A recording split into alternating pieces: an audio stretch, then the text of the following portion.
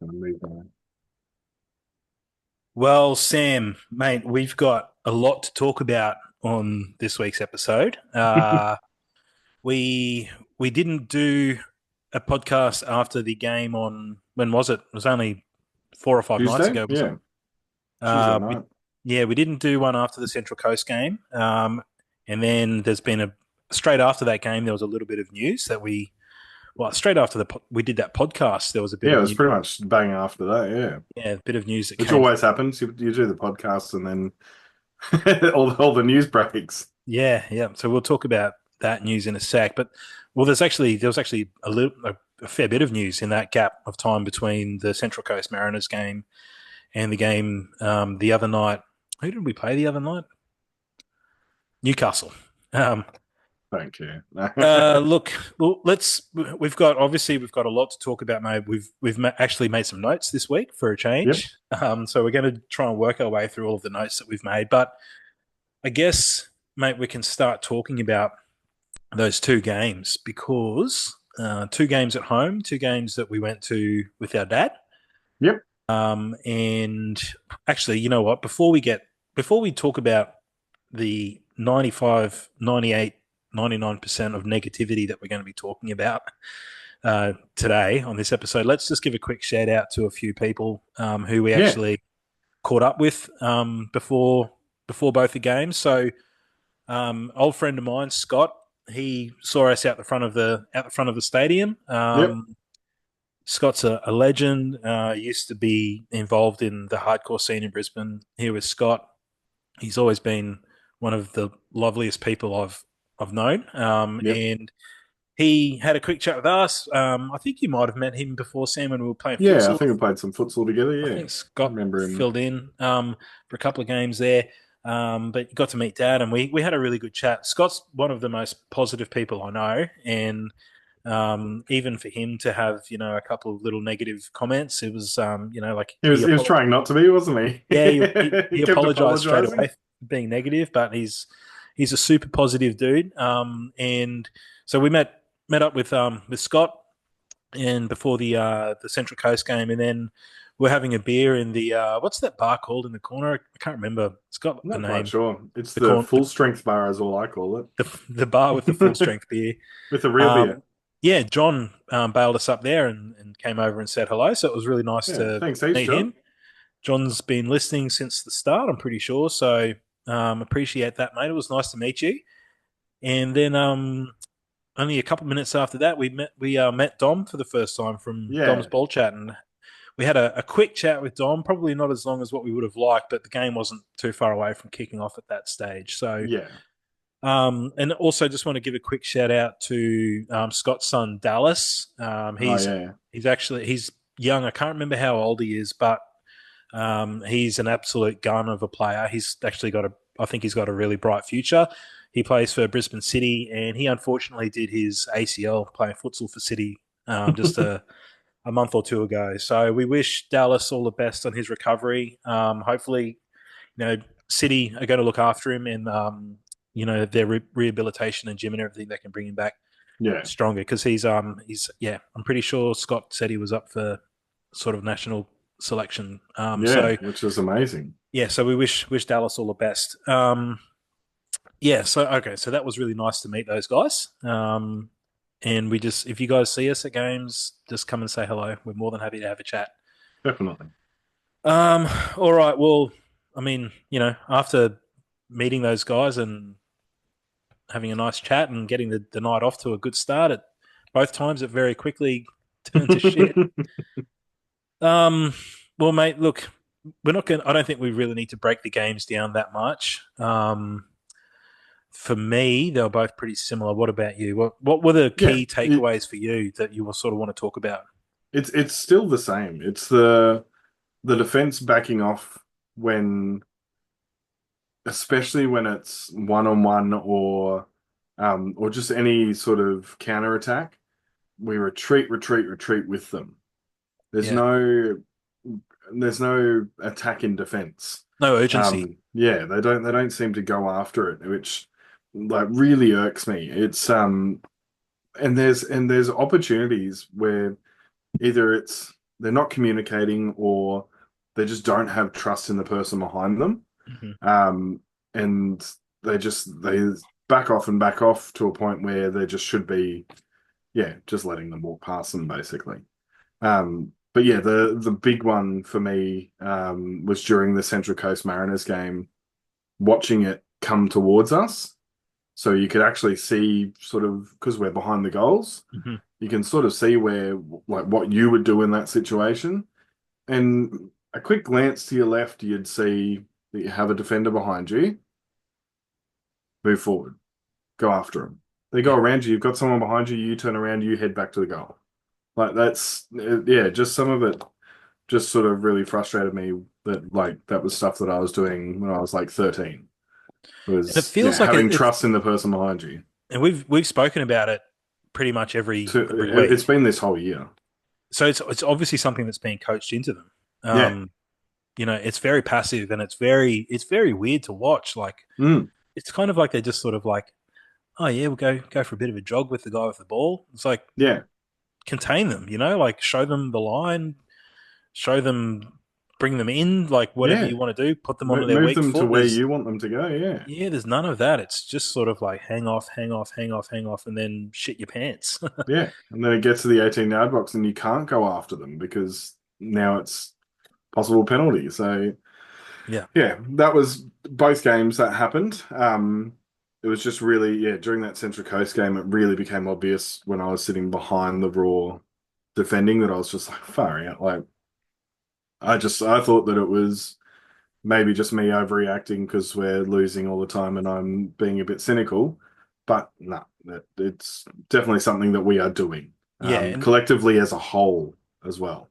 that's it. And that sort of brings to mind something that I wanted to discuss as well is I don't think we might have spoken about it a little bit over the last sort of 8 or 9 weeks, but in terms of that lack of intensity, like the Yeah, lack of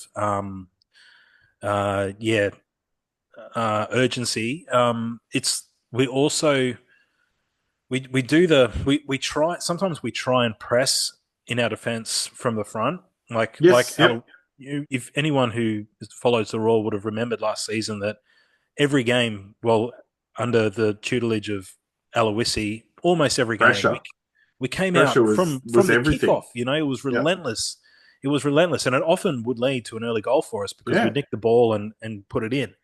Um, it feels like the players have been told to press in certain situations, but Yep. they don't press collectively, and Yeah, it's the yeah, team. it's just two or three of them will do it and then creating a gap. Yeah. They create a massive gap, and Yeah. every team that we've played has just knocked the ball around and gone onto the attack. It's like just knock the ball into the gap, and they're away, and then the rest of the team's running backwards chasing. Yeah. Um, One of the things talking about the defense, and like the vantage point that we have from behind the goals there in both of those games from the kickoff. Both Newcastle and Central Coast and Newcastle. Like if you're looking on the screen, if you're watching on YouTube, We'll draw it up. yeah, I mean it's probably hard for me to do a visual because we do have a lot of tens of people that actually listen on the podcast. But from the kickoff, from immediately from the kickoff, both Central Coast and Newcastle would have a player on each wing, like Yep, not like literally on the wing. on the sideline, like Yeah. not Like you in. will forget they're there. Yeah, and it was both games, and it was from the start to the finish. And Zadkovich didn't adapt to that at all. No. And I mean, the Central Coast game, Storm Roo was just constantly marauding down our left And side. yeah, Um, and poor Bert Gilroy, Bert Gilroy was stuck with two men for both games. yeah, Stuck with two men. He had the winger and the forward, and he had to defend them both. yeah, and 9 times out of 10, he'd try and look to take the player inside, and then the player on Yeah. the outside would get the ball and cross it in. Um, we also noticed, our dad pointed out as well, like the three of us noticed together, that when we're defending, Zadkovich has obviously got them trying to play like a zonal defense, Yeah. Yeah. especially the four across the back, and they're more often than not zone marking an area and No they're one not. didn't. yeah, and they just let players run through it, through that Yep. area. Like, there's no sort of like, maybe if sometimes they should be following that player, like, Yeah. and then Especially moving, when you got four at the back, you have yeah, the room to to shift. allow one person to shift. Yeah. Yeah, it seems really rigid, and obviously, I mean, the way that both, I can't remember his name. Sorry, the Central Coast coach and Rob Stanton Jackson? from, Is it? Oh no, yeah, Jackson. I can't remember. It says M Jackson. There you go. Mark Mark Jackson, Jackson. There you go. Mark Jackson, and Rob Stanton. Well, obviously, Rob Jackson played us first, and then Newcastle a couple of days later, and I reckon Rob Stanton just pretty much copied and pasted Yeah, from it's the. what it felt like. Well, as soon as we kicked off on Tuesday night, we're like, they've just watched the last game. Awesome. We're screwed. Um, talking about like being really rigid in terms of systems and things like that. We sort of can talk about the attack a little bit now, mate, but there's no movement, No, not this is none my whatsoever. spot. This is my spot. I stay Yeah, in my spot. it's really it's unreal to watch, and I mean, you just had to sitting behind the goals live like that, and actually not getting pissed and actually paying attention to the Paying game for change, attention. as I do these days. Yeah, it's really interesting to watch. Like when Central Coast and Newcastle were attacking the end that we were at, and you're watching them come towards us, you could see the Adams and forwards yeah, and the Aquilina midfielders changing and interchanging where they were, and yeah, moving around and running and bending, like running arcs and bending the defensive line. And there's just none of that. I mean, when Waddingham is on, he runs around like a headless chalk. He tries to do so much, but guys that really should know better, like Jelacic, Halloran, these guys, yep, there's been nothing. around, and they should be. Yeah, it is very odd to watch. I did feel not so much in the Central Coast game. I think maybe you mentioned it in the Central Coast game, and so I was sort of watching it a bit more in the Newcastle game, and yeah, it really is. It's so static. Static. I Yeah. must run in this direction, or I'll get in trouble. Like Yeah. it's yeah, like it's very odd. Like Brissett, even though he's pretty much his only move at the moment is like dink left, come back onto my right foot. Like that seems to be, and which they'll pick up on soon, and he won't be able to cut through those two or three men. But like he will do that, and they all just stand there and watch. No one moves. Yeah. No one moves, and then yeah, and then they like when he took Brissett off, it just yeah, like you just saw that spark leave Yeah. from that part of the field, and then yeah, you had um Waddingham and was it Struick that came or Struik, Yep. how do you say it? Come on in that spot, and just yeah, he wasn't doing the same sort of thing and opening them up. Like it just felt like they Uh, had no creativity beyond one person trying to do everything. yeah. I think like you've brought it up so we can have a bit of a chat about Yeah. it, like the substitutions. I Oh think man. a lot of the games Zadkovich hasn't got the substitutions right, and when he has made substitutions, more often than not, the other team has scored straight away. Yeah. After, Well, that after happened the 2 weeks in a row. That yeah, happened in the Central Coast game and the game before that. Literally the moment that we've made our changes, they've scored. yep. So in the Central Coast game, it was where is it? Sorry, I'm going to try and find it. I think it was the Zabala but Gilroy Substitution. substitution, was it? Oh no, it was the um yeah, Berenguer. Zabala one. Yeah. They like took him off and then they just started yeah, attacking that Burke Gilroy side.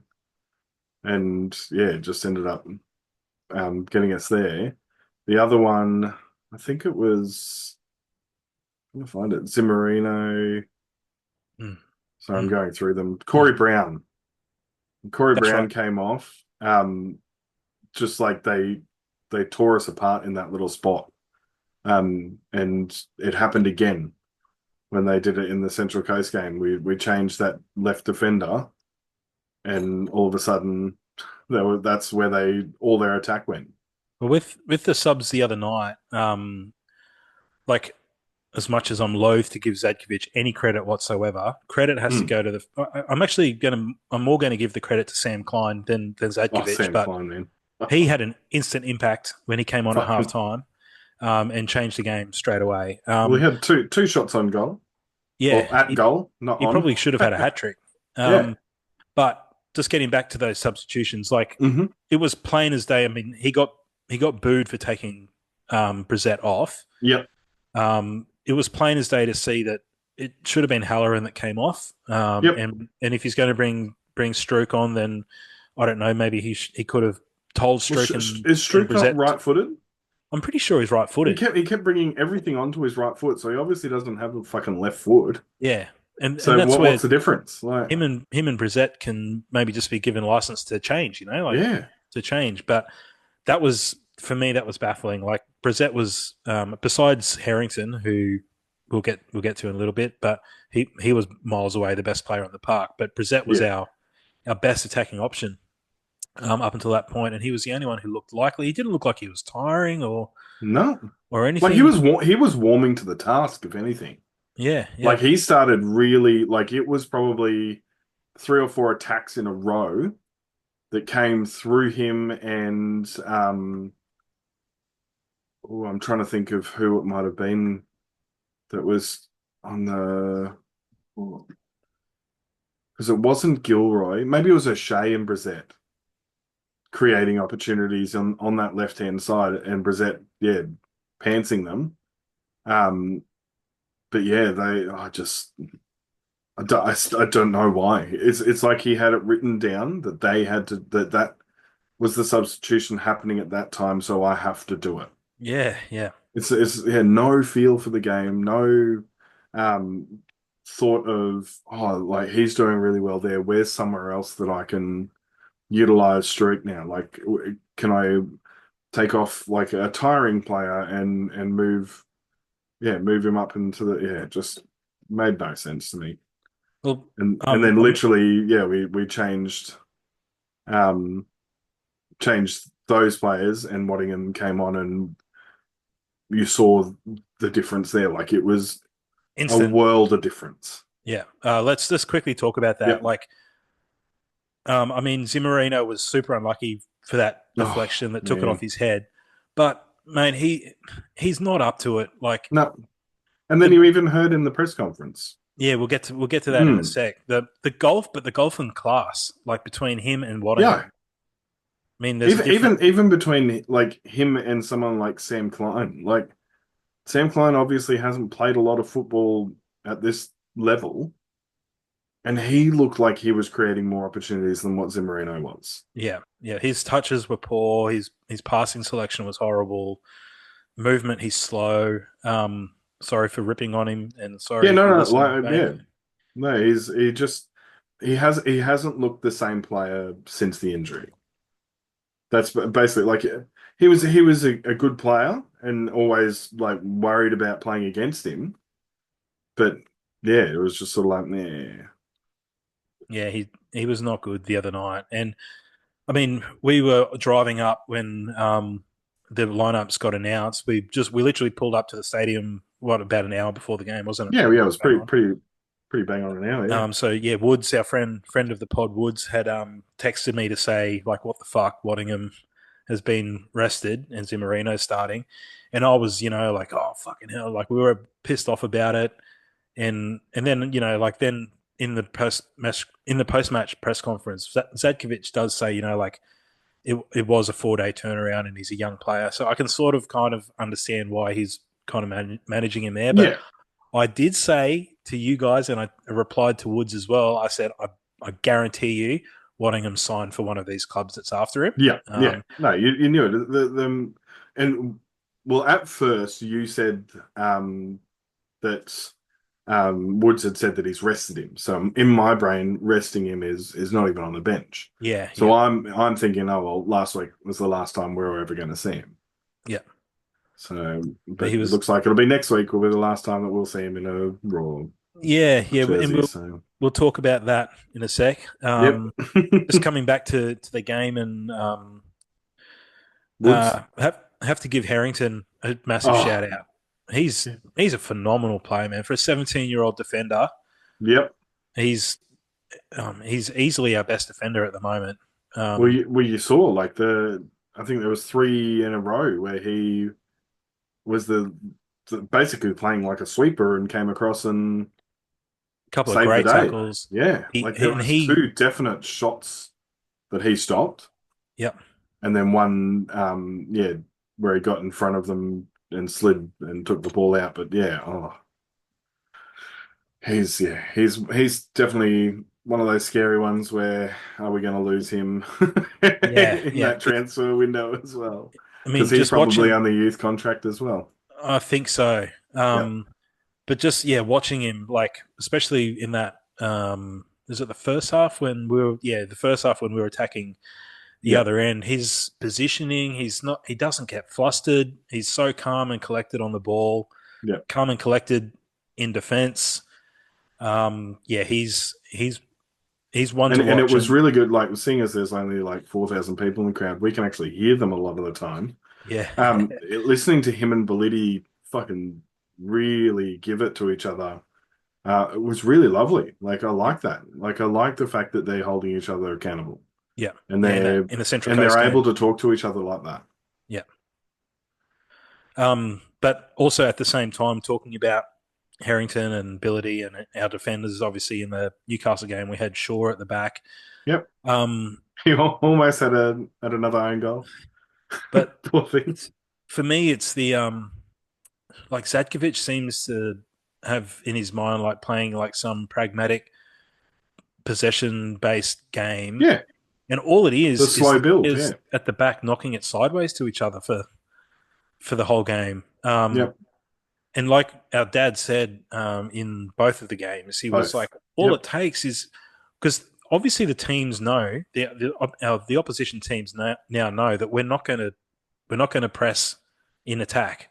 We're going to We're try not and going to knock the ball counterattack out, either. and so they don't press. They just hold their shape, Yep. and they mark us in the midfield, and it just creates Yeah, we like just we have start doing that U shape where you pass from one side, go around the back, pass to the other, go around the back, and back just back to the and back to the back keeper, to the keeper. Yeah, and then eventually the teams start pressing further and further up the yeah. pitch as And we then as start soon as playing it back to goes the into keeper. our own half, you saw them, all three of the men up front went for you, and Yeah. yeah, luckily we got out of it a couple of times. But yeah, it's really frustrating that there's no like that movement that we are talking about. There's none of that that's up the front to sort of Yep. create the opportunities for these guys. But just the fact that they knock it around senselessly.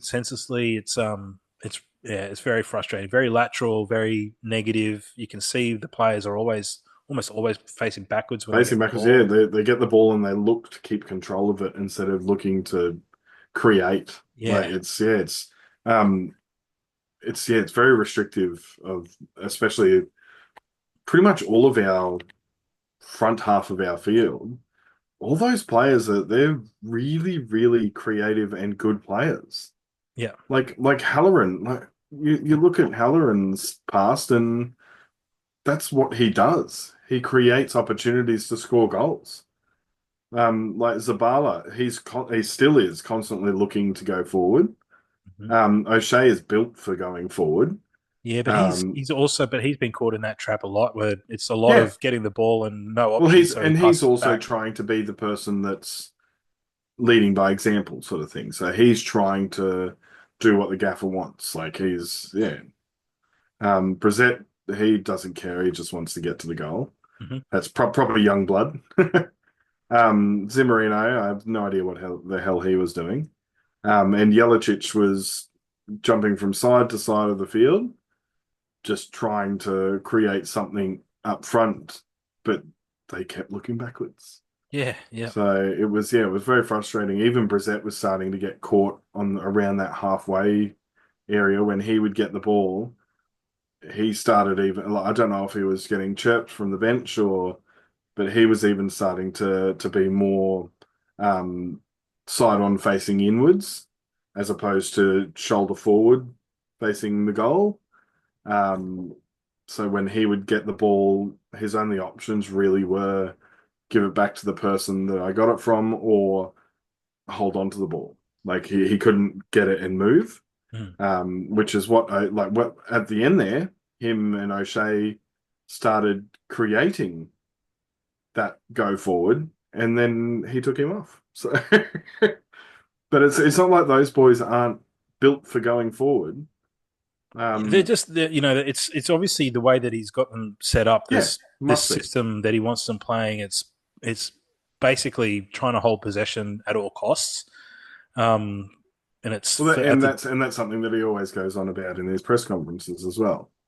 Had the line share of possession. It's like, well, you had the line share of possession in like a third of the field. yeah.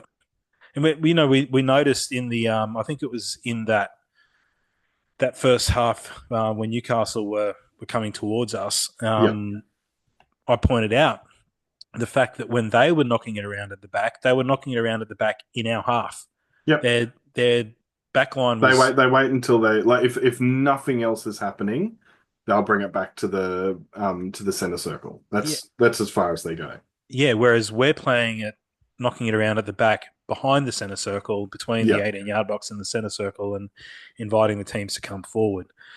I'm just trying to think, mate. Is there anything else from the two games that kind of stands out? We've No. we've spoken about Sam.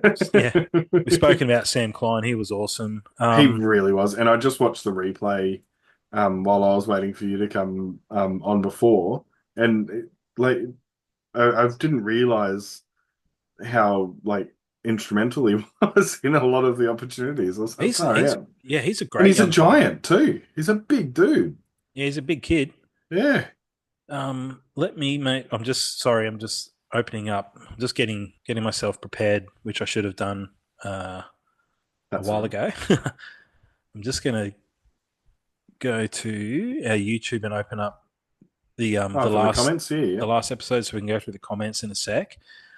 But we've got a few other things we need to sort of talk about before then. So, um, well, look, let's rip the band-aid off and talk about Zadkovich. We've got, because we can probably, like read out a couple of these comments in as we're talking about Zadkovich and everything. I We've spoken to Scott, Dom, and John before the games. We've spoken, like texted with Woods and a couple of other people.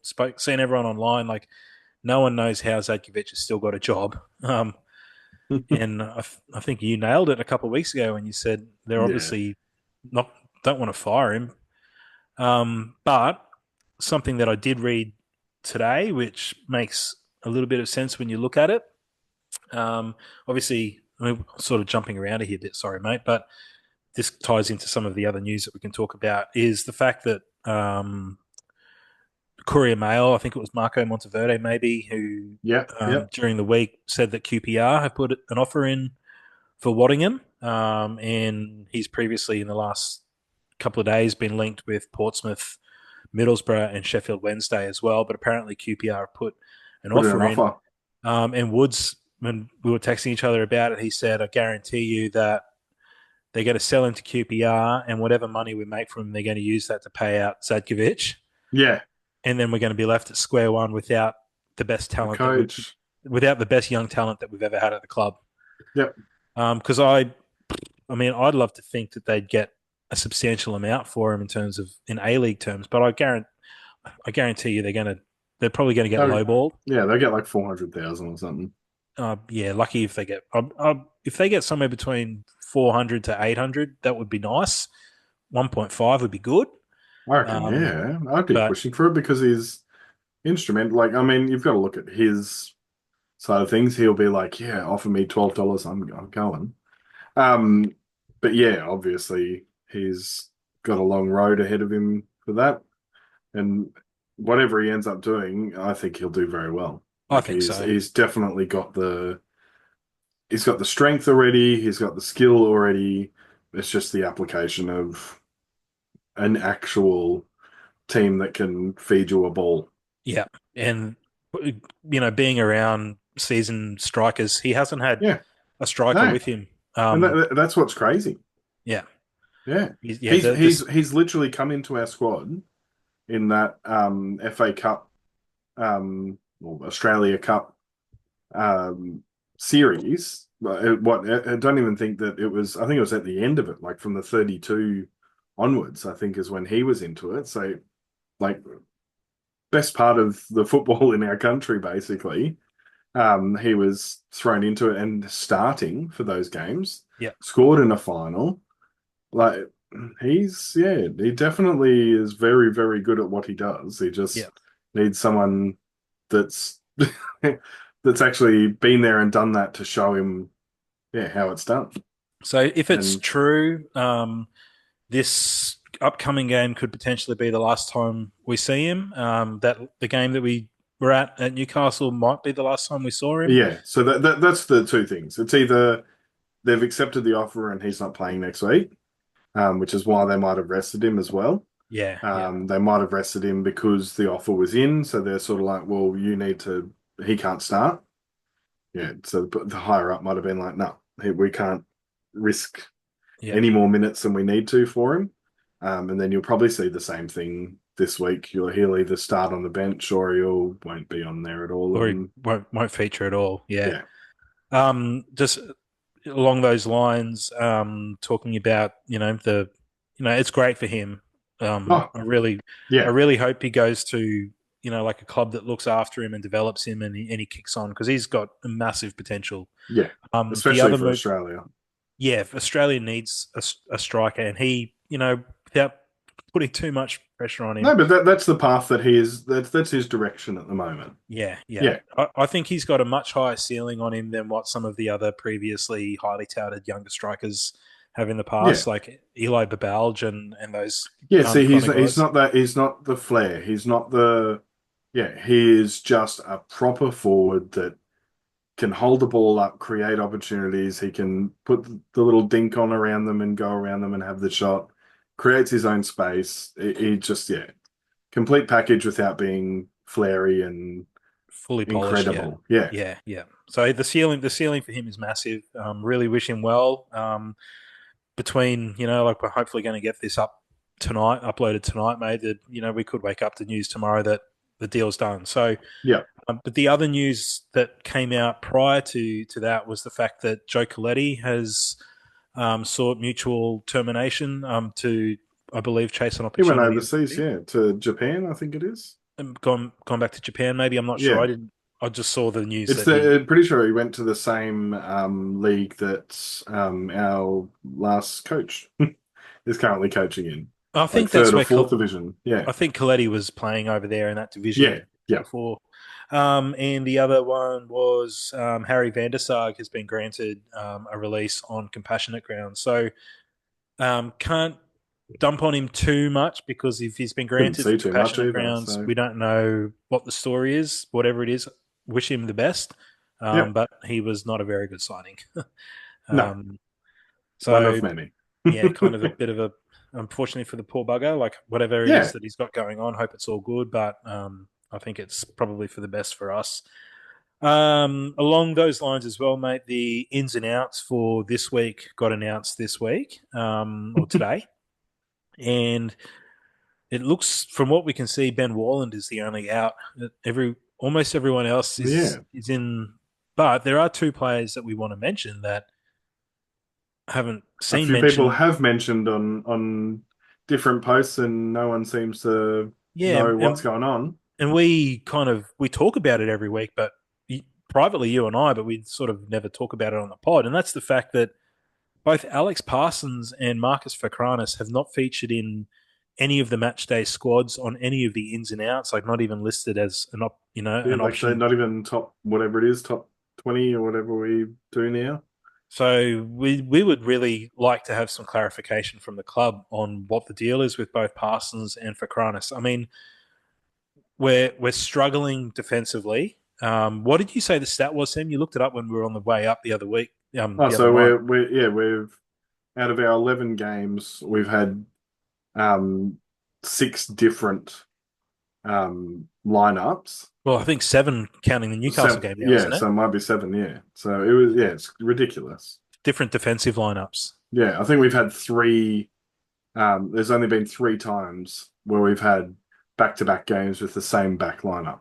Yeah, yeah. Yeah, And we've got, like Infokranis, we don't see him train, but I mean, I'm not going to trust Zadkovich's judgment, to be no, honest, given where we're sitting as a club at the moment. I'm not going to trust his judgment if he doesn't think he's up to it. But it's like at the same time, if he's not up to it, why did he sign him for?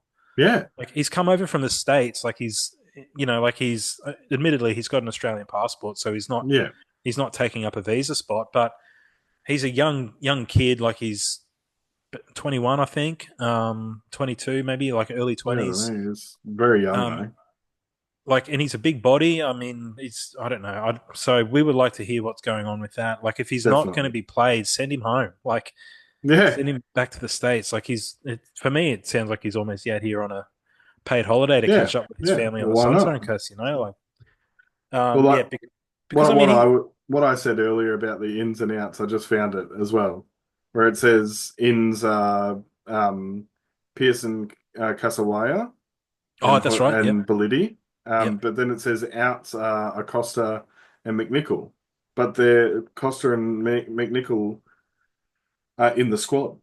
Yeah. So I think there's a typo. Yeah, so I'm wondering But whether that's just a copy and paste from last week, maybe. so I don't know anything about that other player. What was their name again? Casawaya? Kasawaya, yeah. So I did look him up before because I wanted to sort of know who he was.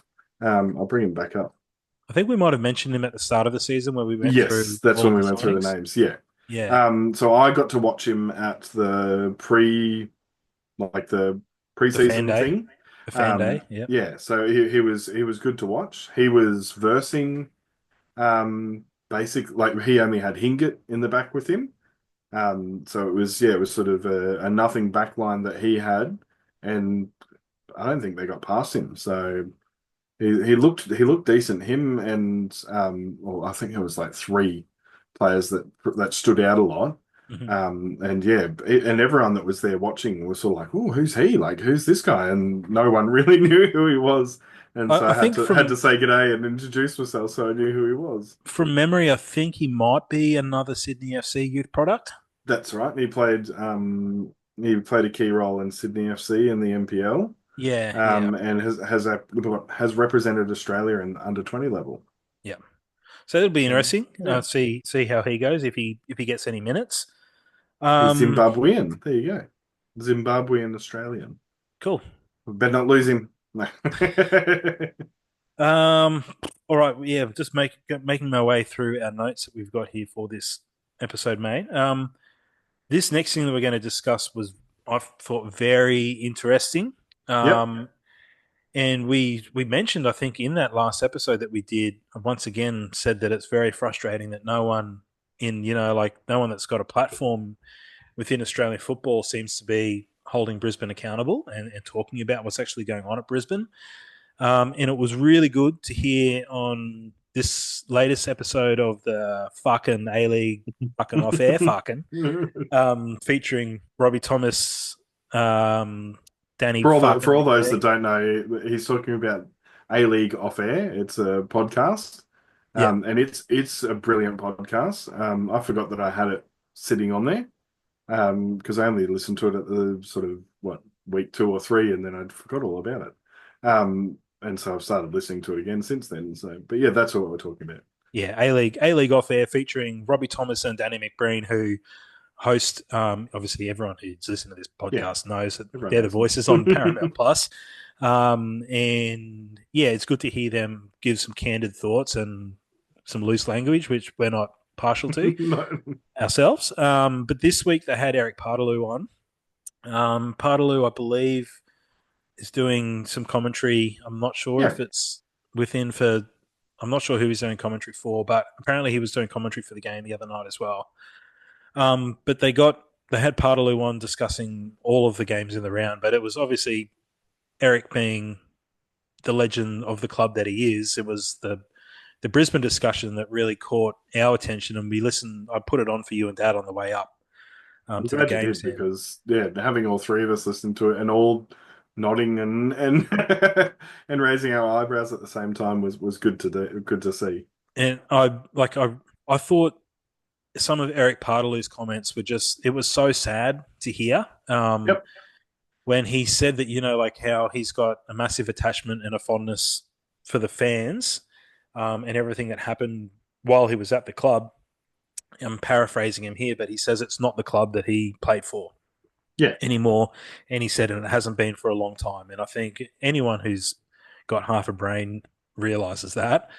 And yeah, like he said, he doesn't like to be involved with the club anymore, and he's distanced himself from the club, which is really sad. And then they sort of got into the nuts and bolts of the discussion about Zadkovich. And I thought it was very telling when they were talking about some of the comments that Zadkovich has made in some of his press conferences, where he maybe not consciously at the time when he's giving his very robotic, diplomatic, politician style answers to his questions. Um, Which he's he very good at. very good at word salad. He Mm. does unwittingly throw players under the bus, Oh, and I hope someone's pulling him up on it because I don't know if he knows that he's doing it when he's saying it, but he could be doing a lot more damage than he thinks. Eh? yeah, and McBreen was, like saying, like a couple of the things that he said, like when he's talking about the fact that, he said that Henry Hoare's going to come in and make all the difference. McBreen said, well, me as a player, I'd be like, well, then what the fuck am I then? Like, you're talking about that means that the rest of the squad's not good enough if one guy's going to come in and do everything and save the Yeah, day. Like, what the fuck are we doing here? And Paartalu agreed with him. I'm sort of paraphrasing. I wish I'd taken yeah. some notes on it, but it The was link will be the link will be underneath anyway to get to it because it's worth a listen. It really yeah, is. it is. I'm pretty sure anyone who's listening to our podcast has Yeah, probably most of heard them it already probably or, have. or Yeah. seen the clips. But if you've only seen the clip that they posted from their podcast, which has been shared around a bit, all they play is a little bit of McBreen talking. I think you need to go back and have a listen to what Erik Paartalu says. Because it breaks your heart, man. It really It does. does. It does break my heart. I mean, he was a fantastic player for us, and probably one of the last great defensive midfielders that we had, actually. Yep. And it sort of it confirms some of the suspicions that we've had over the years in terms of not seeing any of the old players involved with anything in the club. Yep. Um, we can, this brings up another thing as well. Like some of the comments, we'll get to them in a sec. I think someone might have mentioned him on one of our YouTube comments, but I have seen Scott McDonald's name thrown around a bit as a potential for the manager. We Back to don't the have start. any inside info, like Sam, as we've mentioned a couple of weeks ago. He will jog past me as I'm walking my dog. That's the interaction that we get. Yeah, or you might see him at Wednesday night soccer, but Yeah. we we've never, besides saying hello, outside of saying hello, we've never spoken to him. But I think like it's quite obvious that he would never want anything to do with the club while the Backeries are involved, No. and it's quite apparent now. Besides a couple of won't mention any names, but there's a couple of players who still are kind of involved, and Yeah. they're maybe like being doing the nice thing. Yeah. But it does feel like like possibly quite possibly a lot of those players from that golden era just I as don't cut want up about everything as what we are. Yeah. And you see it. You see them not like and I see it talking to them on um my Instagram and stuff where I do contact them. And they're just like no, I'm doing something else at the moment and that's not something that I'd want to do at the moment. You're like, well, fair enough. Like I completely understand. So Yeah, yeah. I just if you haven't listened to that, guys, we'll put a link in the show notes and in the YouTube comment or in the YouTube show notes if you want to go and check that out and have a listen. But yeah, just wanted to say a quick thank you to the guys that host that podcast for speaking up. yeah, McBreen, especially under the umbrella that they set, I it's believe good to hear. McBreen. I believe Danny McBreen's quote regarding the Backery group is that they've done fuck all, Yes, fuck and all. that we can't agree with you anymore, Danny. So thank you very much, guys, for speaking on it, and hopefully, especially after another loss after that. Yep. episode. Hopefully, there's more attention and more scrutiny that gets put on the owners, the management, the club staff. I'm talking. When I say management, I mean Zadkovich and Chris Coyne Yeah, and that, yeah, like yeah. and then you've got obviously Kaz and Zach who are in the back the back room management side of things. Everyone needs to be held accountable. Yep. So it's good to hear that. So thanks, guys. All right, mate. Well, I'm just going to queue up the YouTube comments from the last video. We had a few comments, which was good. So thanks everyone for leaving comments. We really appreciated it. It's good to sort of interact with everyone and hear everyone's thoughts on both what's happening at the club and anything that you guys have got any suggestions for us as well. All right, a couple of these comments are quite long, but I'm going to read them out anyway, and then we can have a discuss if there's anything in there that we sort of haven't run over, Sam. Yep. All right, so this first one is from Daniel Han, and he says, I agree that we need an experienced manager. What is Graham Arnold up to these days? He would be perfect. I said it before as well. We need someone with a clear football philosophy and who has the balls to stand up to the Raw management / owners. I listen to your podcast every week. It's good to hear from people who are feeling the same pain as me. I only wish you guys could release your podcast earlier in the week. You did this time, as by the time I listened to it, the game you were talking about was a whole week ago. I know you've got families and day jobs, so it must be hard to find the time. Yeah, and I did. There you go. So I did respond we've got to do him. it, Adrian. I know. I did respond to him and say that it is my fault. Sam is on me every week to try and get these out as early as possible. So Sunday's the easiest for me because after that, Sam activities take over and that's it. yeah. So everyone, if you want them out early, just jump Keep in the annoying comments Andrew. and jump on me. Ooh. Yeah. Look, Andrew Graham does Arnold, need that as well. Some people to jump on him. I honestly can't see Graham Arnold going from having coached the Socceroos coming back to the A League. If anything, he would come in as like a director role. Well, not anything to do with the actual coaching, more the overarch of that. Actually, Sam, you've actually preempted one of the other comments that's made in regards to a technical director. So yeah, we'll get to that in a sec. Yeah, thanks for that, Daniel. All right, the other one of the next comment, and also Daniel, we would lose my dad as a fan. Unfortunately, he is definitely not an Arnold fan. If Graham Arnold was to coach Brisbane Roar, Dad would throw his membership onto the field. Yeah. I think. I think the day that Dad watched, Graham Arnold could have just been throwing that medal that he got for runner up. He could have just been throwing it to someone that he knows, but the footage make it look like he just threw it away because he doesn't want it. Yeah. And I think ever since that day, Dad's just had this like absolute hatred for the man. Yeah. That's I don't think that will happen. We'll get to that in a sec because we might have a quick chat about technical director and Arnold. Yep. But actually, yeah, like the fact that Arnold was the coach of that Central Coast team, I just can't see him swallowing that pill and coming and coaching Brisbane, to be honest. No. We hurt him too much. Yeah. All right. This one is from Woodsinator, who I assume is Woods. Some other dude. Some other rando.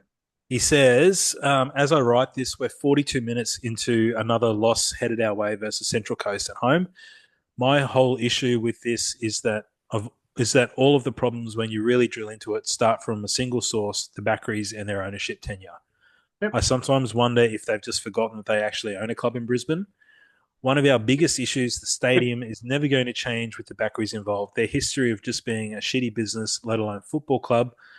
And then in brackets, he's got, look at the litany of falling outs over the years over non-payment of bills for various training bases, etc. Yep. Means that any government won't even bother looking at any prospective projects. Why would they treat such a poorly run organisation to maximise any huge investment in infrastructure? Spot on. Spot the fuck on. Then he says changing manager needs to happen as of about 3 to 4 weeks ago. But that's just kicking the shit heap of problems we have down the road. As things currently stand, we're the worst thing any sporting club can be, and that is irrelevant. I now tune in out of obligation only. Given that I flew to fucking Japan to watch us in our first ACL campaign and didn't miss a game for years on end, to the fact that I'm now almost annoyed when there's a game on and it's just sad. We have no identity on or off the field. If Raw were to disappear, what impact would that really have on the competition? I suspect Yeah. absolutely fuck all, and that is the thing that hurts the most. P.S. You mentioned that they talking about the Backeries owned Oxford United. They just sacked their manager who led them to promotion out of League One after a couple of months in the Championship. Fucking basket case by all accounts. Yes, Wow. spot on. Woods, can't agree with you as usual. Can't agree with you any more if I tried on all of your points there. That especially that point about the fact if the club wanted to go to the government for Yeah. assistance in any They wouldn't yeah, want like to touch them. not with a 10-foot pole, not after No, everything that not after happened. Ballymore and like Ballymore, Logan, Gold Coast Suns, like you name it, like they've just burnt too many completely bridges. Yeah. they've completely burnt so many bridges in Brisbane.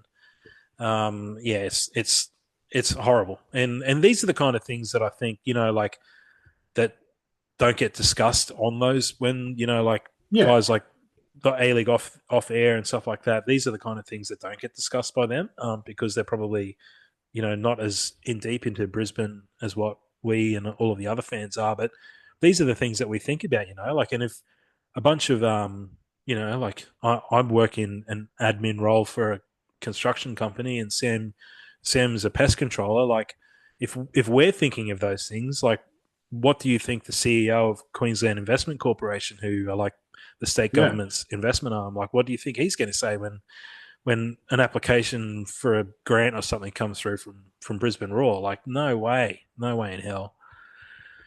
Um, all right, so yeah, thanks, Wood. So, and just so you know, I've replied to all of these comments as well. Richard says, "Lads, hurry up with the next Hey, episode." Richard. He said, "Lads, hurry up with the next episode. Tuesday's home loss to Newcastle was everything we've come to expect from Backery's Raw FC. Fair play to the couple of thousand who bothered attending. Question for discussion in the next episode. Is attending Raw matches simply enabling the present situation to continue? I feel like a few attendances around 1 or 2,000 may be the shove that the Backeries need to walk away from their failed tenure. What do you think, Sam? That's so hard. Um, We kind of talked about this after the last game, didn't we? yeah, I don't think it'd matter.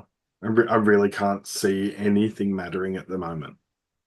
Yeah. They could literally do the Den leaving at the 10th minute or leaving at the third minute or whatever they want to do, hopping up and leaving, and the cameras probably won't even go to them.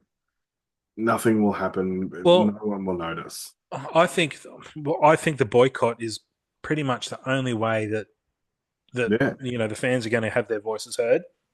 So if they're going to do it, and I would 100% encourage the Den because they're clearly yeah, as frustrated as us. Everyone was booing the fuck out of Zadkovich after that last game, and people were staying back to boo him.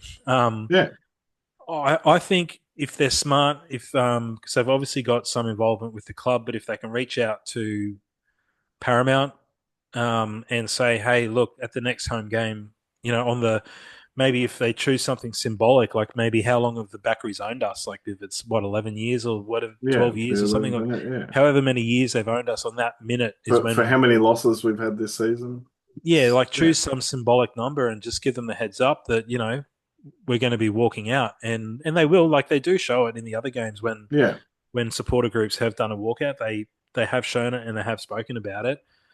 And I think those kind of things are the only way that really like we can get any. That's the only tangible thing that I can think of. Like nothing else is yeah, going to work. Like getting 1 or 2,000 people to the games, like all it's going to do is just make it even worse in terms of the reputation for the club and yeah. um yeah. So thanks for that, Richard, mate. I honestly I don't think the Backeries give a fuck. No, and all that boycotting the game would do is make it look better on their books for taking it away from Suncorp. Yeah, but the option then there's the eternal discussion, with which stadium do they go to? John did say before the game he'd love them to go back to Redcliffe. I don't want them to go back to Redcliffe. Yeah, obviously for us, it's incredibly hard to get to games up there. Not even that. I mean, they're a Brisbane team. Like, Yeah, not a they're not a Moreton Redcliffe team. team. You know, they're not a Gold Coast team. They're a Brisbane team. They need to be playing in Brisbane. Yeah. All right. So the next question is actually from, next comment is from, speak of the devil, is from John. Oh, hi, Um, John. he says, "Hey guys, I watched the podcast on YouTube. I want to say thank you for doing this great content. Have you thought of doing a Raw trivia quiz at the end of the show?" No, we haven't spoken about doing anything like that, but when we eventually do have another interview or two lined up, we will do the extra time Yep. quiz for whenever we do an interview. We'll do that. He says to gain more viewers, I would invite Richard Raw onto your show. He has a massive following on online, and his videos gain over 25,000 views. We Sam and I haven't discussed any of this. I'm reading some of these out. I think Sam might have Yeah, seen. I'm enjoying it because Yeah, I'm listening for the first time. I honestly, like, without being mean or whatever, like, I don't particularly want to associate myself with him. Yeah. I mean, yeah, we're happy doing our own He thing. did give me a 20-year-old watch. I Yeah, gave my yeah. son a 20-year-old watch that fell apart in Credit his to him for hands. that. I love that. That was hilarious. He hooked Sam's little fella up with a free watch with a chocolate wheel in that Christmas game. But yeah, to be honest, I'll just stick with doing our own thing. Then he goes on to say the coaching path in Australia is rough as it comes. First is the qualification part. You go from foundation of football, C license, $1,150, B license, 2,250, A license, 5K, then pro diploma, 10K. So you're spending 20K to become a pro diploma coach. You have to do every level with 1 year experience in between, and the B and pro diploma are 1 year courses themselves. Then you have to apply for coaching positions at clubs and get experience with your results. If the results go the wrong way, your brand gets impacted as a coach and you may not get a gig next year. Now, before I go on to the rest of his comment, that just sparked something with me with what Paartalu talks about in terms of Zadkovich, made in that A League off Oh air yes. Oh, episode. isn't that damning that? Yeah. Yeah, when he said, you look at his at Zadkovich's record this season, and then look at his record at Perth, and then he sort of makes a little. I'm pretty sure he made like a little sort of like comment about maybe him not being very good in the changing rooms as well. But he says, like, why is he getting a shot at one of the top 13 clubs in the country? Yeah, why is Why he has he learning how to coach at one of those what yeah top why 13 instead of doing the hard yards and learning at the lower levels so that you can become a stronger coach at this level? yeah, and I 100% agree Yeah, with that. when he Like, said it, I what was like, fuck, I didn't think about that. what's But he doing his apprenticeship at one of the top 13 professional clubs in the country? Yeah, just it when he's I was the same as you when he said that. I was just like, oh my god, it makes so much sense. Like, why is he not spent like the last 5 or 6 years coaching in the NPL or yeah, whatever? or even lower than that, like anything. Yeah, yeah. Um, Jobs for the boys. No. then he goes on to say, we need as a club a technical director who coaches the coach. It is clear that Ruben needs help at the club from a football leadership direction. If we sack him, we need to employ a technical director whose job is to make sure the club football philosophy is created in the way we play, and a coach who wants to buy into that football philosophy. You aren't going to attract any coach just on the football brand. At the moment, the brand is being damaged by Ruben by his fake injury tactics on a national scale. Yeah, 100% the club needs um, a technical director with a good football philosophy. That's Yeah. for sure. 100%. Can't agree any Do more we with not that. have something like that in place at the moment? I'm not sure. I Because don't yeah, think I so. don't know how to look it up. So yeah, I was when we first mentioned it before I started Googling, I can't find anything. So I can't remember it being announced in anything. Like, we've got yeah. obviously Kaz as the CEO and Zach Yeah, as so the maybe they're sort of acting COO, as that and at the moment. Zadkovich was, I mean, not Zadkovich, Zach was heavily Zach. involved in a Yeah. lot of the recruitment. Oh, and that just reminded me of another thing that gets mentioned by Danny McBreen in that episode as well, where he says when he's talking about Zadkovich talking about 2 or 3 windows, he's Yeah. like, didn't you fucking sign 15 players in the first window? Like, it's your Yeah. squad. It's your squad. Yeah. Yeah, and if they're not good enough, then that's your fault. And that's 100% correct as well. Yes. Um, so, yeah, 100% the club needs a technical director with a solid history in the game, a solid, like you mentioned last week, I think it was, Sam, like someone with a history of rebuilding a club as well. Yeah, Like, that would be ideal yeah. And because that's then, what we need. We're working from the bottom here. and And if then, that and that seems to be kind of what they want to be doing as well. It's not like it's yeah, we've had all of these coach changes, so we're rebuilding the squad.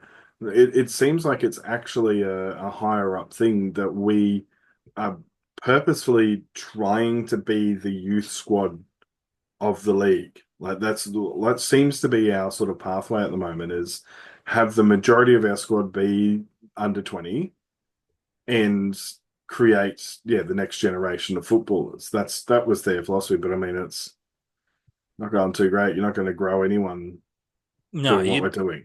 you need experienced players to guide them along the way. And especially when they're going through the shit that we're going through at the moment, you need those older, experienced heads in there to Yeah, sort of to point them in the right direction. No, point yeah, them in the this right shit direction. happens.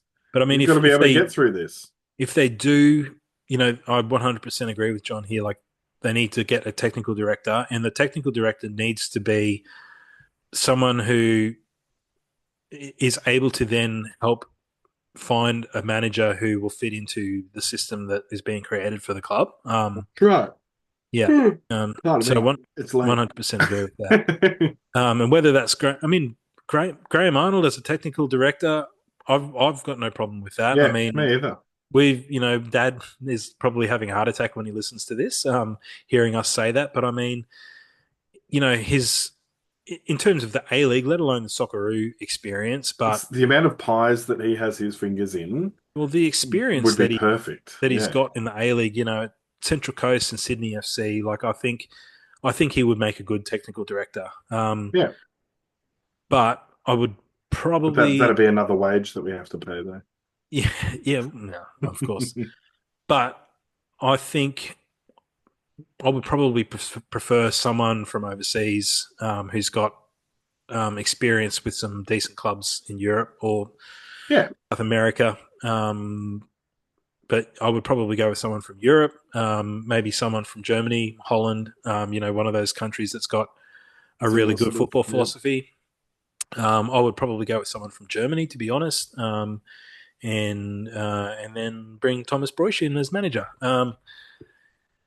All right, so let me get to the rest of John's comment here. Yep. He says the players got to take pride in their performance on the park and be held accountable for it. The amount of bad passing decisions by the players is what turns off the crowd. You give the opposition the ball, you will lose.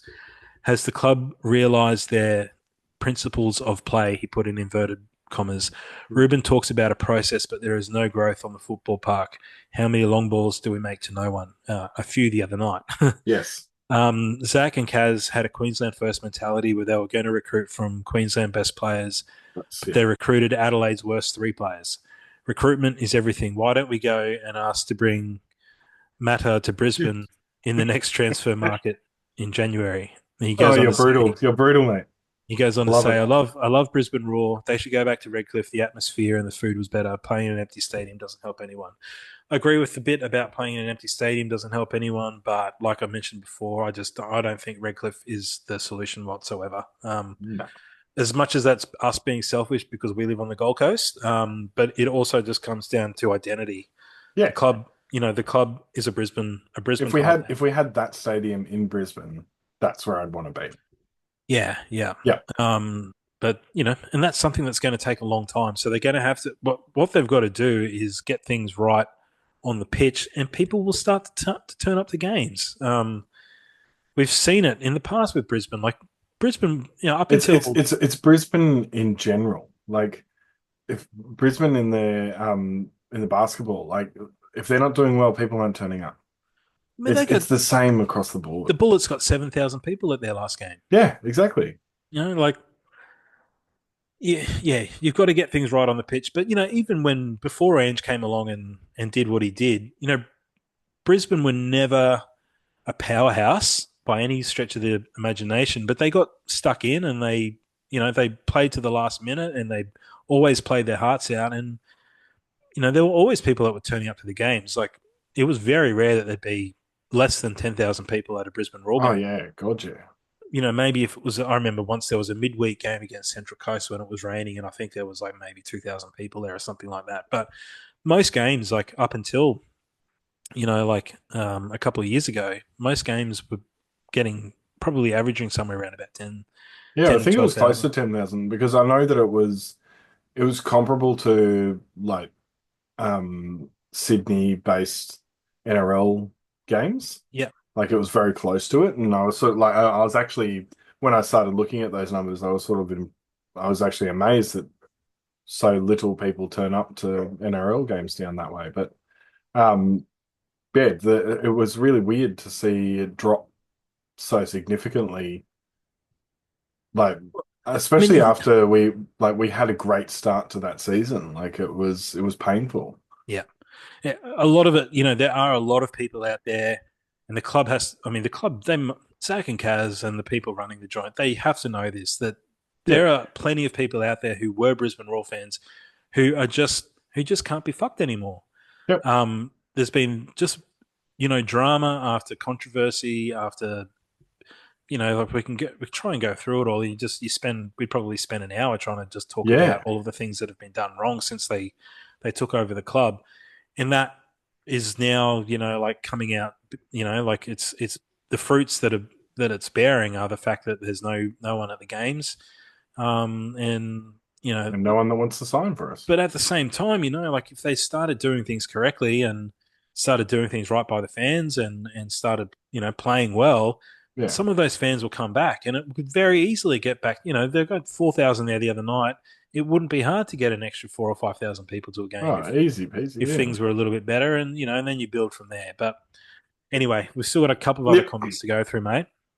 Um, this is from, I believe it's Damo. He says, I think fans are incorrectly blaming the players. The squad has plenty of good players, not being too different to the one playing so well under Aloisi. Yep. Yeah, we'll talk about that because we were actually talking about that before we went live, Sam. Yep. We had some very low moments this season, though, and it would take a remarkable coach to pull the team out of the nosedive. As for a replacement, maybe don't go with someone whose only prior experience was a massive losing streak, as Zadkovich had with Perth. I don't know. He says maybe Eddie. I can never know how to pronounce Eddie's last name. It's either Eddie Kernchevich or Eddie Kernchevich, who did so well at Yep. Carlton.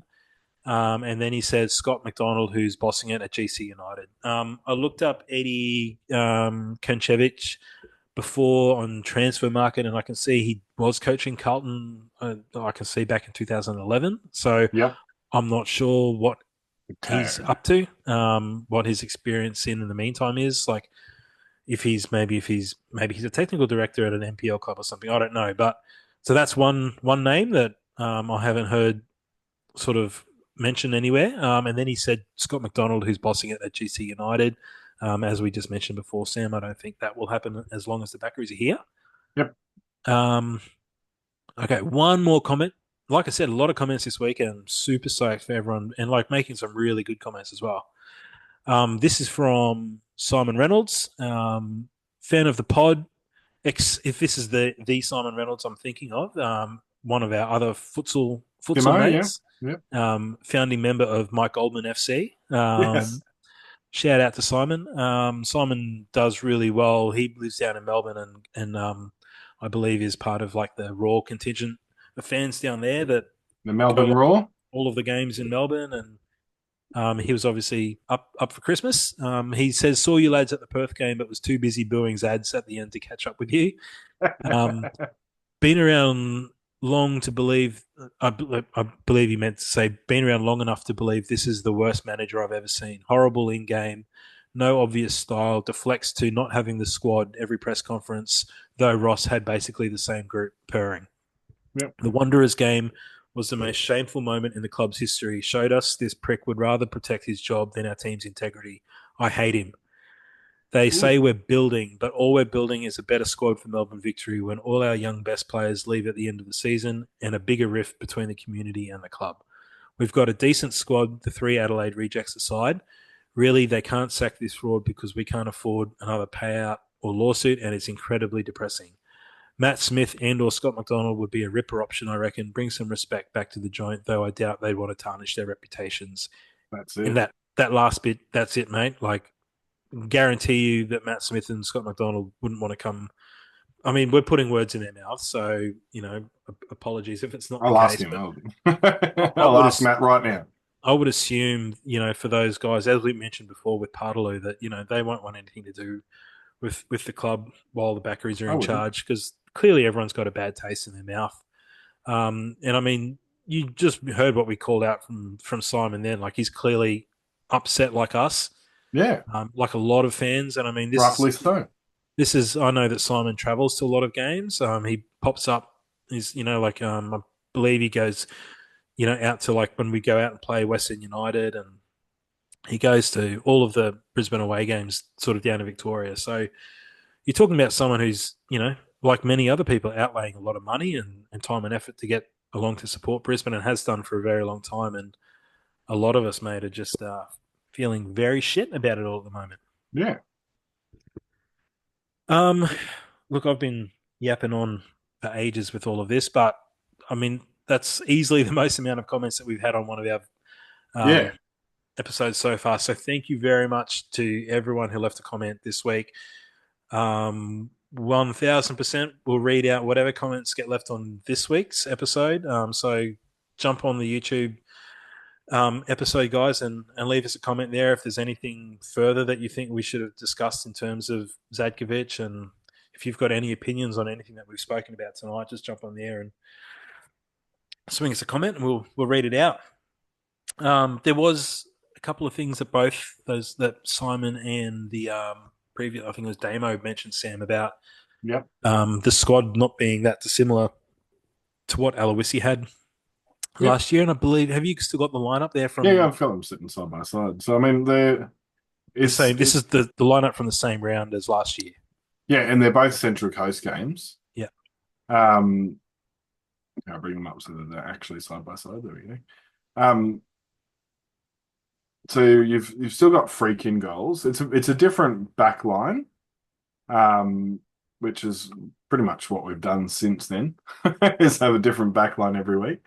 Um, but I mean, yeah, you've got the likes of Zabala still in our squad. You've got Hingett still in our squad. Coletti's just left. O'Shea's still in our squad.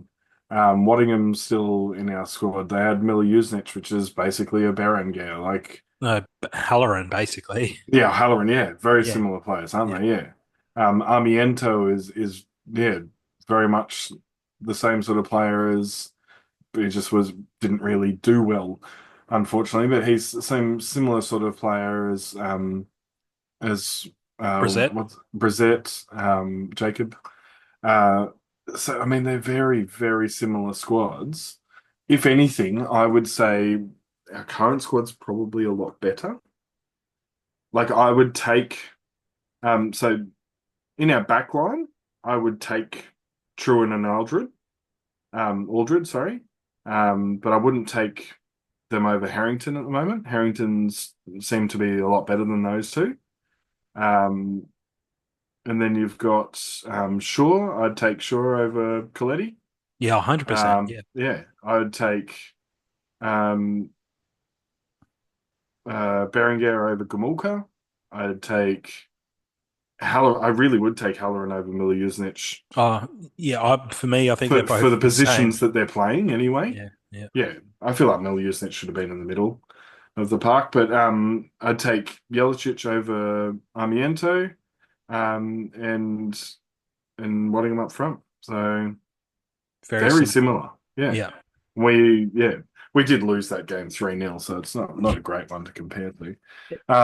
But we were winning games. We yeah. were and significantly, and then he left and we lost quite significantly. So And then that's when that Central Coast game. that was when he was already wandering out, wasn't he? Yeah, you could tell in that game that Aloisi had already left. Like Yeah, when the news came out, I then looked back at that game and was like, yeah, you could yeah, tell that from his pre-match press conference and then watching him on the sidelines that you could tell that his head was he was gone.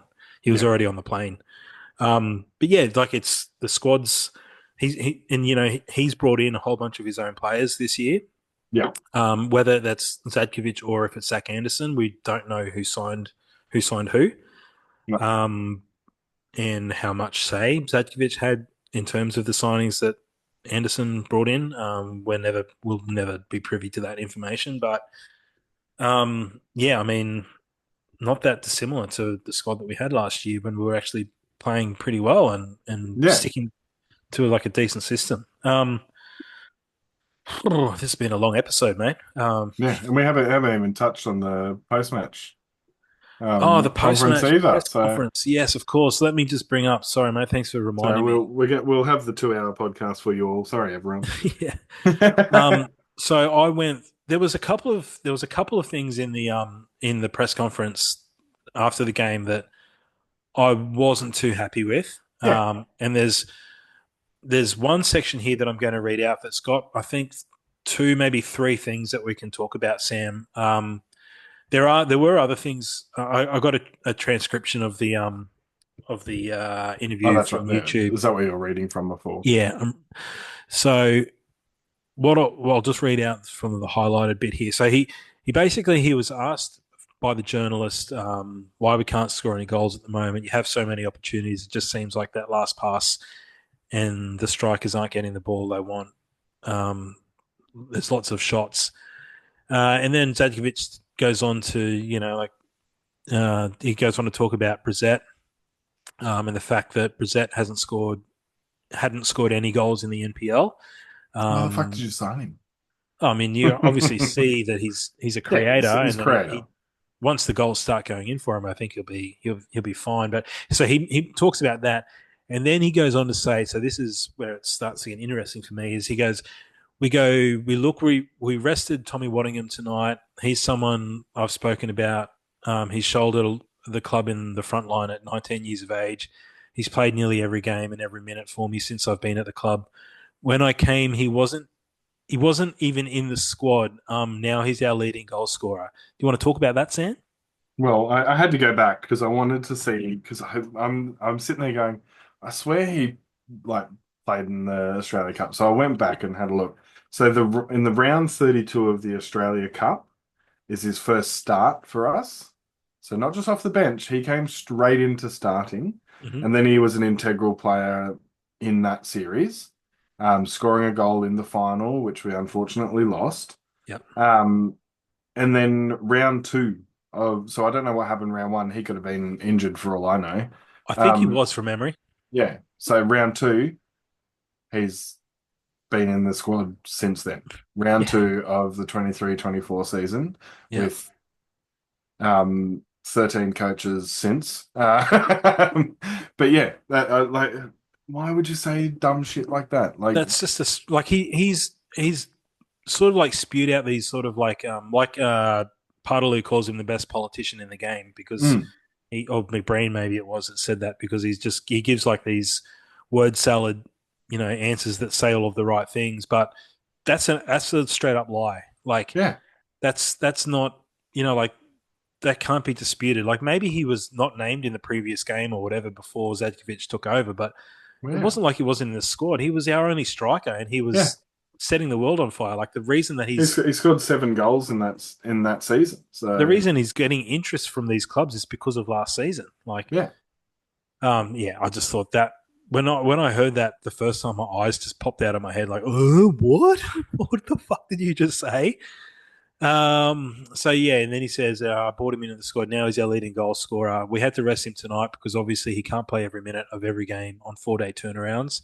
I He says, understand that. I agree with that part. yep. So agree with that. And then he says, we went to an Adam Zimmerino, who he's a player who's been out for nearly a year and a half, and he's slowly coming back into his own. why did we sign a player that's been out for a year and a half? Like, he's obviously one of Zadkovich's pet players from Perth, Yeah, but why we? Yeah, that for me that when I makes as much sense as taking Brissett off. So yeah. And he says he's slowly coming back into his own, but then this bit, but it'd be a minimum wage player. Kleiny could have had a hat trick. Yeah, and he's not even scholarship, so he probably gets $100 a week. So I'm like, and when he said that, for me, I was like, why are you saying that? If I was Sam Klein, I'd be walking. I wouldn't want my manager discussing how much money I'm on a week. Yep. Like, even if it is only a $100 match fee, like, don't fucking talk about that shit on a public No. forum. Like, that's just that. I thought that was disgraceful, really. Yeah. Um, he says, so I think the reality, like I keep saying, the reality in the context of the situation is that the budget cuts for us, put a huge dent in where we were headed and what we were He building does know the budget cuts is for everyone. for everyone, yeah, and that we have billionaire owners, and that deficit is probably really clear for people to see at the moment, results wise. So now he's starting to blame the budget cuts for The budget cuts that every other team has also gotten. yep. That deficit is probably really clear for people to see at the moment. Results wise, we're just short on quality in those moments, but we certainly have a model and a way of playing football. Well, that's news to me as well. I, I don't know what fucking model and way of football he's talking about because Our model is that we stand off in defense, that we create attack if you find something to do up front, and we will substitute exactly when we want to substitute for the people that we originally thought that needed substitution. That's yeah, it. That's his philosophy. that it's like I said, there was a It few was things. painful to listen to. 4 weeks in a row now, we've been the better side, had control of the game with the ball, playing attacking football, getting in there and dominating on all the metrics. Like, again, like, who gives a fuck if we've got 75% possession and And I 93%? went through it the other week. Like there was no correlation to those stats. Like No, there were games where we had 60% possession and we lost 3-0. There yeah. was games where we had 55% possession and we drew. Uh, the, Games where we the have same, yeah, 39% possession and draw and score yeah. goals. Yeah, like, but yeah. And then he says, dominating all the metrics. So hopefully that answers your question and gives you a bit of clarity why we're not scoring these goals. And then this bit, maybe our expectations of a young Jacob Brissett and a Zimmerino and Tommy Waddingham and these players, maybe our expectations are a little bit high for what we have. Like, That's disgusting. it's disgusting. Like, for me, like Danny McBreen said in that A-League off air, if I was a player and I heard him say those things in that post-match press conference, I would just be like, well, fuck you. Yeah. Like, none of us are good enough. Like he in that one rambling sort of answer that he gives, and that's he probably he counted him. Did we have 4 or 5 different points in that brief section that we just spoke about? Yeah. Like Yep. he talks about how much a player is on, Yep. a young kid, He how much he's rips making a on week. Sam Klein's contract and He then talks about the basically fact says that Brissett can't score. yeah, It then says that our squad isn't as good as the team that we're versing. I I don't know how you have any sort of faith in yourself. And we yeah, can like see it on the field. That's why they're always fucking passing backwards because they don't have any faith. they don't have faith in each other. They don't have confidence, and this all comes from the top, And when he's saying shit like this in press conferences, like if I was Zach or Kaz, you go back and you just reread that thing that I just read out there, like for me, that's almost grounds for sacking him right there. Like Yeah. he hasn't taken any responsibility himself. He's blaming budgets. He's blaming the fact that he needs another 3 windows, despite the fact that he's brought in 11 or 12 players to the squad this season, or that he's at Well, least like got. Who in that game in the Newcastle Jets? Who has he brought in? Has he brought in Shaw? So the Shaw, Shaw? Harrington? Brissett, Harrington, Gilroy was already here. Gilroy was already here. Halloran, Halloran, uh, Zimmerino, Zimmerino. Jelicic. No, Jelicic was already here. Oh, was he already? Okay, Yeah, I yeah. couldn't remember whether it was Struik, Stroke. Acosta, Yeah, Sam Klein. Oh no, I yeah, think Sam Klein. Yeah, no, he brought him back in. Yes. yeah, And that's it. Neville and Acton were already. Yeah, yeah. So, that's a lot of players. and there's other players that he's brought in like Yeah, that that is Casawaya and that we never hear anything about. yeah, for Kranis. So like it's not like he's inherited this team and he's stuck with what he's got. Like there's a good chunk of those players are players that have been brought in under Yeah, his management. But yeah, for me, a lot of that whole sentence, that whole sort of like answer that he gave was just disgraceful. When you break it down like that, like, and when you actually drill into what he actually says, like he's so sort of like calm and collected and monotonous in the way that he replies. But when you go back and listen to it, like that's what I had to go back and listen to it twice. Because he sort of said these things, and at the time I was kind of like, oh. I went back and watched it again. I was like, holy fuck! Like, man, if I was sitting in that change room and I heard that, I'd just be like, well, fuck you, mate. yeah, Go fuck yourself. And that's one thing that we spoke about with Dad after the game, Sam. Like we were running through, oh, if I was in this situation, what I'd do. But like you almost couldn't blame Jay O'Shea for like he could just sort of turn around and say, right, I've been at this club for 5 years, I've poured my heart and soul into this place. This joker's got no fucking idea what he's doing. Boys, let's go down to the pub. yep. Take the team down to the pub. Whatever this fucking joker has told us to do this week, let's just not do that and let's go out there and play football. Let's go out there and have some fun. Yeah. And then if Zadkovich gets angry at them, I'd just turn around and what? I wouldn't be that disrespectful, but that's I would. I mean, if Jay O'Shea did that, I mean, as much as it would never happen because he's a solid Yeah. person and a solid club man, and he wouldn't disrespect a manager like that. But I would not. I wouldn't give a fuck if he did that. No. Because No. that would be news that would come out and it would potentially tarnish his career. But I would No, rather do he's that a than hero to us. Like that's yeah, yeah. yeah, Like he's him and a couple other players, like even Matt Acton, Hingett. Hingett, um, who else? Corey Brown. These sort of players that have just stuck with us. They really could have gone anywhere. Especially They- Corey Brown. We don't know what yeah, happened with him last season. Like, yeah. like for him to still be here. That was yeah. They're the real heroes through this whole thing. But I'd almost, you just want to be like, well, look, if the owners aren't going to sack him, he's clearly got no fucking idea what he's doing. yeah, We've been, Jo could say to Corey, to Jack, yeah.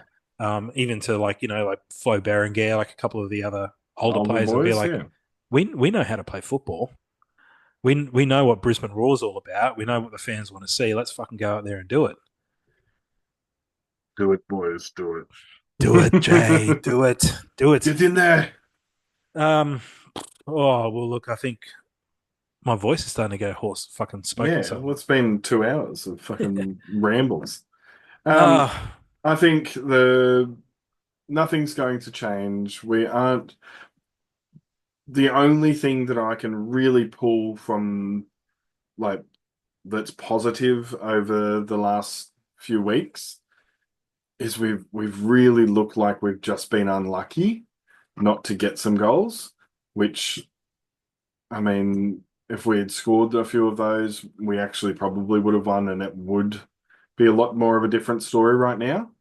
And I'm scared that over the next few weeks we might get a couple of wins, and it might well, justify his whole existence. And that just reminded me of something else that we spoke about immediately after the game. The last three games we've played, uh, um, Perth. We lost to Perth, Perth, yeah, who are they're all the just as bottom. We shit, put the bottom three things. just as shit as us. Yeah, We lost to Central Coast, who Central Coast are not a bad team, but they're definitely not as good as what they were last year. No. We should have at least taken a point from them. Yeah. We should have won that game actually, We really should for have. being Yeah. honest. And then the Newcastle are down the bottom with us as well. So Yeah. it's not going to get any easier from Nope. for the next 5 or 6 games. We're going to be playing your cities, your Western Sydneys, your Yeah. Sydney Well, FC this is victories. our run. So, match day 13, we're playing Melbourne City, top of the table. Then match day 15, playing Sydney FC. Then we've got we mustn't be playing that week. And then we've got Western Sydney Wanderers. And then the next game that's someone that's down the bottom of the table near us is Wellington Phoenix in the 6th of February. Yeah, and can't see us beating Wellington No. currently. So yeah, so there you go. Well, that game against Western Sydney Wanderers, I think, is our next home game, 31st of January. Yes, yeah. So we've got City and Bye in between then, is it? No, it's just a weird one where match day 14 is sort of spread out over a fair few different weeks. It's like the game that got moved. Oh, okay. Yep. Yep. Yeah, so like there's 2 games that week, like the midweek, for it. And then Okay. our 14th one is like fucking ages away, Well, I mean, randomly you just randomly in the middle of the week. so you're talking City, Sydney FC, and Western Sydney, then Wellington as the next Yeah. 4 games. Based on current form, I can't see us winning any of those games. No. It would be an absolute miracle if we do, to be honest. So I think everyone needs to buckle up because it could get a lot worse. if Well, the it's oh no, MacArthur and Sydney FC. Well, okay, so Melbourne City have scored 20 goals. Sydney FC have scored 25 goals. Western Sydney have scored 26 goals. They're the most, apart from Adelaide. Yeah. So the next, yeah, it's just, yeah, painful.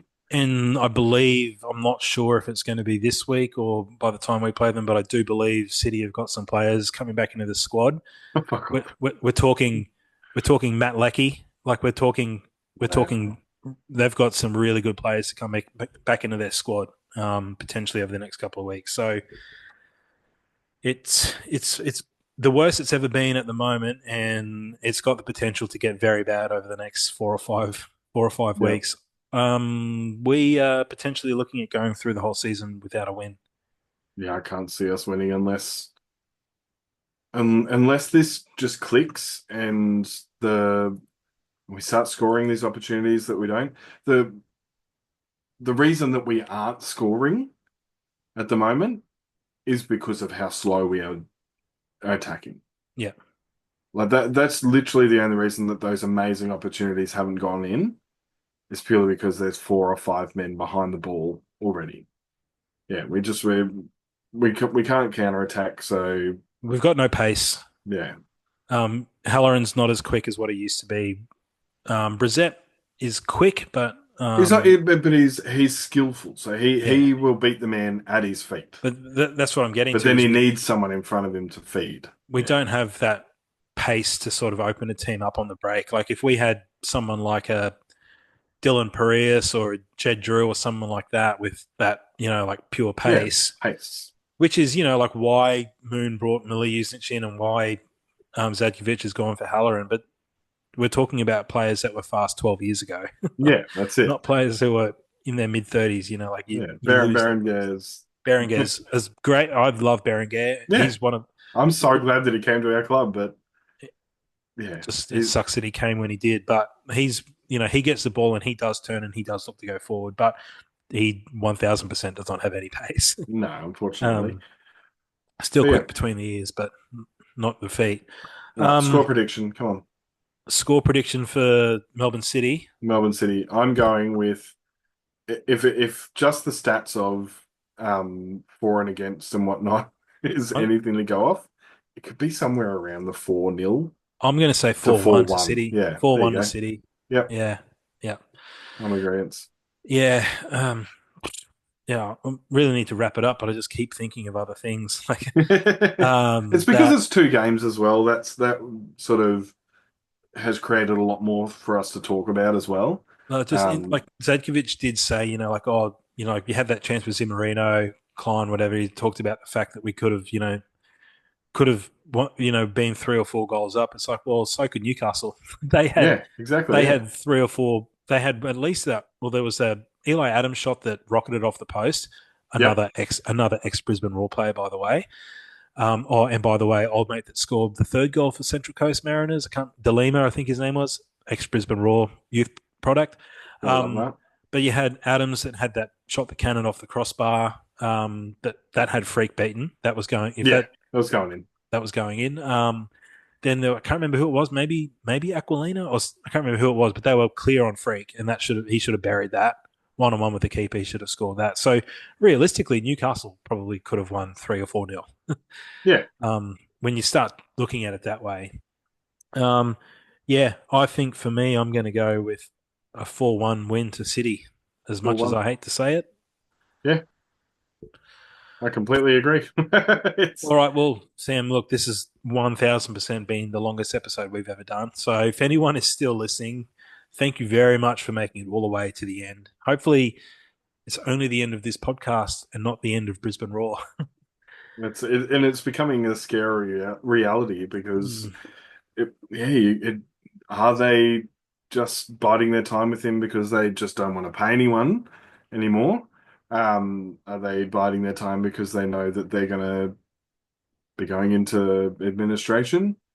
Like, Well, yeah, a couple of years ago, I think it was only maybe as far back as only a few years ago now that someone, can't remember who it was, put in a $17 million bid for the club. yeah, yeah, And the Backeries, they knocked it back because they said the club was they worth wanted 20 million. 22 or something. Yeah, Good luck getting 5 million at the yeah, moment. or three. Yeah. Like, I think they could probably get more for Waddingham than what the club's worth. Mm. It's just Anyway, crazy. we'll just keep going if we keep talking Yeah, about all this shit. So once again, as I was saying before, to anyone who has made it this far, thank you very much. We appreciate it. If you're watching on YouTube, drop us a comment down below. Listening on any of the other platforms, please leave us a review. It helps the platform, the podcast, go out to other Brisbane Roar fans that might be looking to listen to some rants and raves about how shit their football club is at the moment. But for now, Sam, let's log off, and then we'll have a chat after the game against Melbourne City. yep. All right, thanks everyone. We really appreciate you guys for listening. Cheers. We'll talk to you then. Peace.